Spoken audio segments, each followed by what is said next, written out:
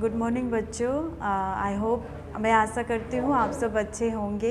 तो पिछले वीडियो में हम लोगों ने पार्ट 1 किया था, तो अभी हम करेंगे पार्ट 2। ठीक है, तो हम किसके बारे में अब तक पढ़ रहे थे?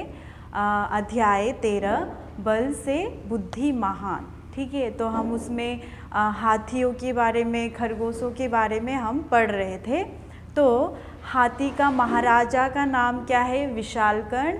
और महाराजा के साथ जो बातचीत कर रहे थे वो था बूढ़ा खरगोश। ठीक है, उनका नाम था विजय। तो विजय उनका नाम था। तो हम लोगों ने लास्ट वीडियो में किया कि विजय और हाथी विशालकर्ण के बीच में बातचीत हो रहा है, और विशालकर्ण को विजय बता रहा है कि आपके हाथियों के समूह की वजह से क्या हो रहा है, चंद्र जो है, भगवान जो है, चंद्रमा भगवान जो है वो बहुत नाराज हो गए हैं। तो इसमें विजय ने बतलाया कि विजय जो खरगोश, बूढ़ा खरगोश जो है, उन्होंने बोला कि मैं जो हूँ, मैं क्या है, चंद्रमा भगवान का एक दूत हूँ। मैं क्या करता हूँ कि मैं उनका जो बोला हुआ संदेश आपको बताऊंगा। एक एक शब्द जो उन्होंने बोला है वो मैं आपको बताऊंगा। अगर ऐसे शब्द जो आपको अच्छा ना लगे तो मुझसे नाराज़ नहीं होना, क्योंकि वो शब्द मैं नहीं बोल रहा हूँ, वो क्या है, चंद्र भगवान जो है उन्होंने मुझे बोलने के लिए आपके साथ भेजा है। उसमें विशालकर्ण ने विश्वास दिलवाया। नहीं, तो विशालकर्ण बोल रहा है, महाराज जो बोल रहा है बूढ़ा खरगोश को, नहीं, आप जो कुछ भी बोलोगे मैं आपको डांटूंगा नहीं, आप बस बोलना शुरू करो। तो यहाँ पे विजय जो है, बूढ़ा खरगोश बोलने लगता है कि विशालकर्ण को कि तुम्हारा इतना सोच नहीं, दिमाग नहीं कि तुम किसी के घर को उजाड़ रहे हो। तुम्हारा साथियों को वहाँ आना जाना क्या कर दो, बंद कर दो। अगर तुमने ऐसे नहीं किया तो मुझे बहुत गुस्सा आ जाएगा और उसका परिणाम भुगतने के लिए तुम तैयार हो जाओ।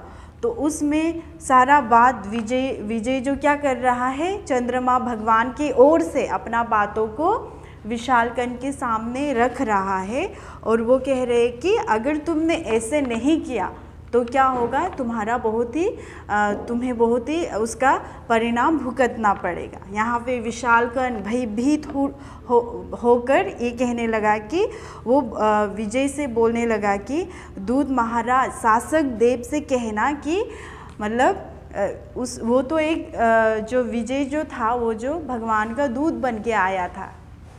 तो ये बोलने लगा कि बहुत डर गया उसका बातों को सुन के, और वो बोलने लगा कि जो कुछ भी मैं कर रहा हूँ या फिर हमने किया है वो हमने जानबूझ के नहीं किया है, ये हमसे गलती में हो गया, तो हमें माफ़ कर दीजिए। आप जो बोलेंगे हम वैसे ही करेंगे।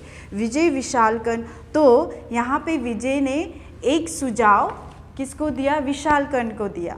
ठीक है, जो ये विजय बता रहा है कि तुम्हें ये करना पड़ेगा, तुम्हें इसका सज़ा मिलेगा, वो जो क्या सच में चंद्रमा नहीं बता रहा है, बल्कि बूढ़ा खरगोश अपना चाल बना रहा है ताकि उस हाथियों को उस सरोवर तालाब में ना आने दे। तो यहाँ पे विशालकर्ण को क्या करता है, एक सुझाव देता है विजय, जो बोलता है कि अगर आपको माफ़ी ही मांगनी है तो आप क्या करो, मेरे साथ में उस तालाब में चलो और चंद्रमा को वहीं पे माफ़ी मांगो। उसके बाद दोनों क्या करता है, सरोवर के पास में जो तालाब होता है उसके पास में जाते हैं। तो उसमें चंद्र, जैसे कि हम लोग आकाश में भी देखता है, आसमान में जब चंद्रमा आसमान में होता है तो उसका क्या होता है, छाया जो हमें नदियों में, पानी में सब छाया दिखाई देता है।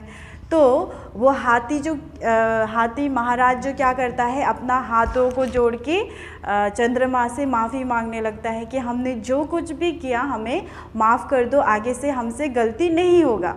तो वो जो ऊपर देख के नहीं, पानी में जो छाया होता है, उसका जो शैडो आता है, उसको देख के माफ़ी मांग रहा है। उसी समय को वो अपना पाँव को हिलाता है। ठीक है, उसी समय को उसका पाँव हिल जाता है। पाँव हिलने की वजह से जो छाया उसने पानी में दिखाई दे रहा है वो भी हिल जाता है।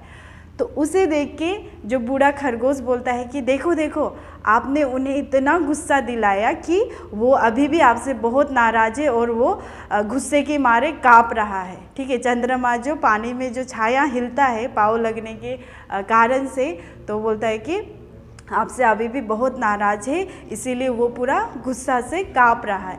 तो वहाँ से क्या करता है, वो विशालकर्ण वहाँ से माफ़ी मांग के चला जाता है।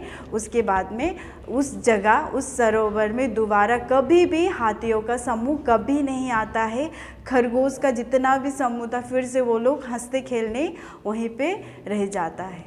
मैं आशा करती हूँ आप दोनों वीडियो को अच्छी तरह से देखिए ताकि आपको अच्छे से समझ आएगा। See you in the next class.